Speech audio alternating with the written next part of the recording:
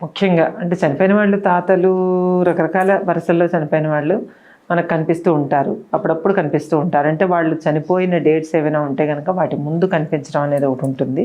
కారణం ఒకే ఒక్క సూచనకి వాళ్ళు వస్తారమ్మా. మన జీవితంలో జరిగే ఆనందకరమైన ఇష్యూస్కి అయితే వాళ్ళు ఏమి రారు, అంటే వాళ్ళు కళల్లోకి రారు. పెద్దలు ఏ లోకంలో ఉంటారు అని అంటే మన విశ్వాసాల ప్రకారంగా పితృలోకంలో ఉంటారు.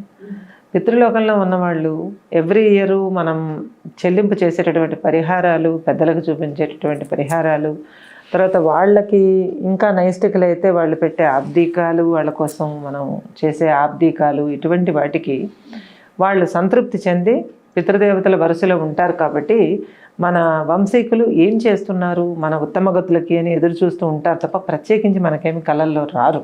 తల్లిదండ్రులు కేవలము